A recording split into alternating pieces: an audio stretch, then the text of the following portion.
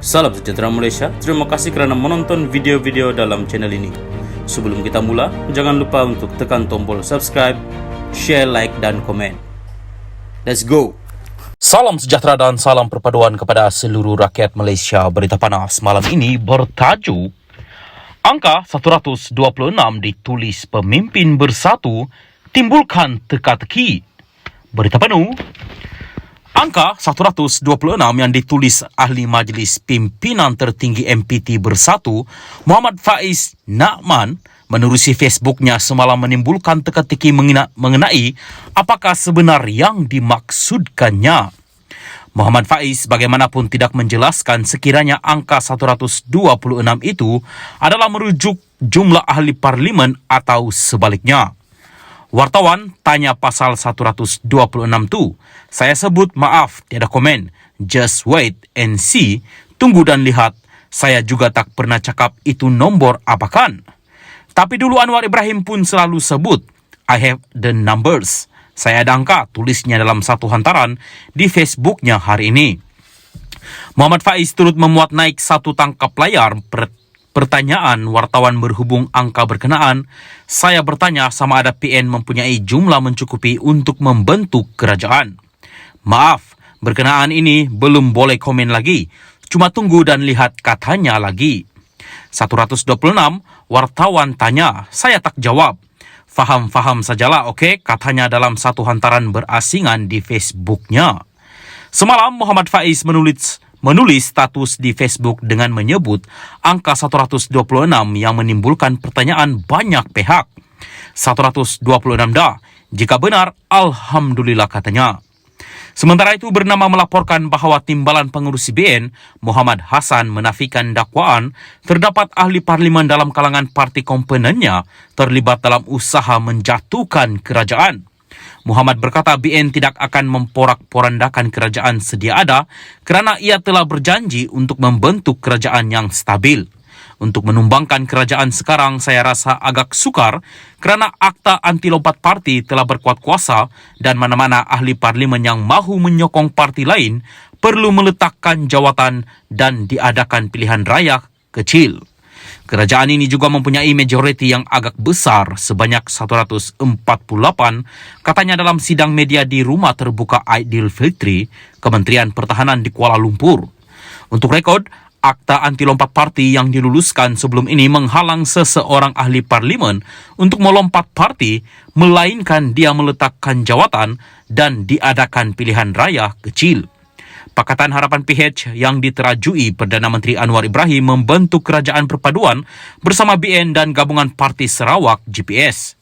Kerajaan Perpaduan dibentuk dengan 82 kerusi parlimen dari PH, BN 30 kerusi, GPS 23 kerusi, GRS 6 kerusi, Parti Warisan 3 kerusi dan selebihnya dari Parti Bangsa Malaysia PBM, Bebas dan KDM.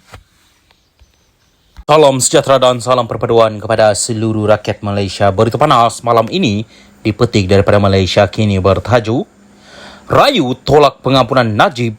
Maaf, tapi ini pendirian kami, Khalid. Berita penuh. Pengarah komunikasi Amanah Khalid Samad berkata dia meminta maaf jika rayuannya agar Yang di-Pertuan Agong Al-Sultan Abdullah Riayatuddin Al-Mustafa Bilal Shah menolak permohonan pengampunan bekas Perdana Menteri Najib Razak telah menyebabkan UMNO tidak puas hati. Khalid berkata ia hanyalah soal perbezaan pandangan dalam perkara itu dan dia memohon maaf kerana tidak memiliki pendirian yang sama dengan UMNO. Kita tidak serang atau kritik UMNO. Kita hormat hak mereka untuk buat permohonan pengampunan. Itu hak mereka dan mereka boleh berbuat demikian, tiada isu. Sekarang mereka kritik kita dan kata kita tidak pandai bekerjasama. Kita cuma nyatakan pendirian berbeza. Malangnya mereka nak jadikannya sebagai isu. Saya minta maaf kerana buat mereka tak puas hati, tetapi ini pendirian amanah. Jadi kita mohon maaf kerana tidak berpendirian sama dalam perkara itu, katanya ketika dihubungi Malaysia Kini. Sehari selepas Khalid mengeluarkan kenyataan, Presiden UMNO Ahmad Zahid Hamidi menggesa semua pihak agar berhenti memberi ulasan tidak sepatutnya berhubung isu tersebut dan menyerahkannya kepada kebijaksanaan Agong. UMNO Kelantan pula berkata ia akan mempertimbangkan untuk memutuskan hubungan dengan Amanah jika Khalid tidak menarik balik kenyataannya dan memohon maaf. Hari ini Ahli Majlis Kerja Tertinggi MKT UMNO Muhammad Fuad Zarkashi menyifatkan kenyataan itu menunjukkan Amanah tidak layak menjadi sahabat perjuangan dan tidak memberi jaminan kerajaan persekutuan boleh terus bertahan. Mengulas lanjut, Khalid berkata parti dalam kerajaan harus mengamalkan prinsip bersetuju untuk tidak bersetuju dan menghormati perbezaan pendapat. Ketika ditanya sama ada pertikaian mengenai pengampunan Najib akan menjejaskan kerjasama antara BN dan PH dalam PRN akan datang, Khalid berkata parti yang berbeza pasti ada pendapat yang berbeza dalam sesuatu isu. Ia tidak sepatutnya membawa kepada pecah atau perbelahan, kata bekas Menteri PH itu lagi. Khalid turut menyuarakan harapannya agar UMNO Kelantan tidak memutuskan hubungan dengan Amanah negeri susulan kenyataannya itu. Saya membuat kenyataan untuk menjelaskan pendirian Amanah. Ia bukan bertujuan untuk memusuhi atau menimbulkan pergeseran antara parti gabungan, katanya. Katanya lagi, keadaan pasti berbeza jika dia mengkritik tindakan UMNO untuk membuat permohonan pengampunan diraja untuk Najib, tapi bukan itu yang disuarakannya. Saya cuma kata ini pendirian Amanah kerana hakikatnya kita mahu kerajaan bersih yang komited dalam melawan rasuah, katanya. Dia menegaskan keputusan permohonan pengampunan untuk Najib adalah terletak pada Agong dan ia jelas disebut dalam kenyataan awalnya. Dia berkata Amanah sedia menerima apa sahaja keputusan yang dibuat oleh Agong berhubung permohonan itu. Pada masa sama, dia berkata faktor penyatuan terbesar parti dalam kerajaan ialah keinginan mereka untuk mencapai Malaysia Madani dan rahmah dalam politik. Sementara itu, Presiden Amanah Muhammad Sabu berkata, semua individu berhak untuk menyatakan pandangan mereka tetapi ia tidak mewakili parti, melainkan ia memang keputusan rasmi parti. Sebagai contoh, dia berkata parti komponen PH tertakluk kepada keputusan yang dibuat oleh kepimpinan tertinggi, sementara keputusan yang dibuat oleh kerajaan mengatasi keputusan yang dibuat oleh mana-mana parti dalam kerajaan secara individu, katanya.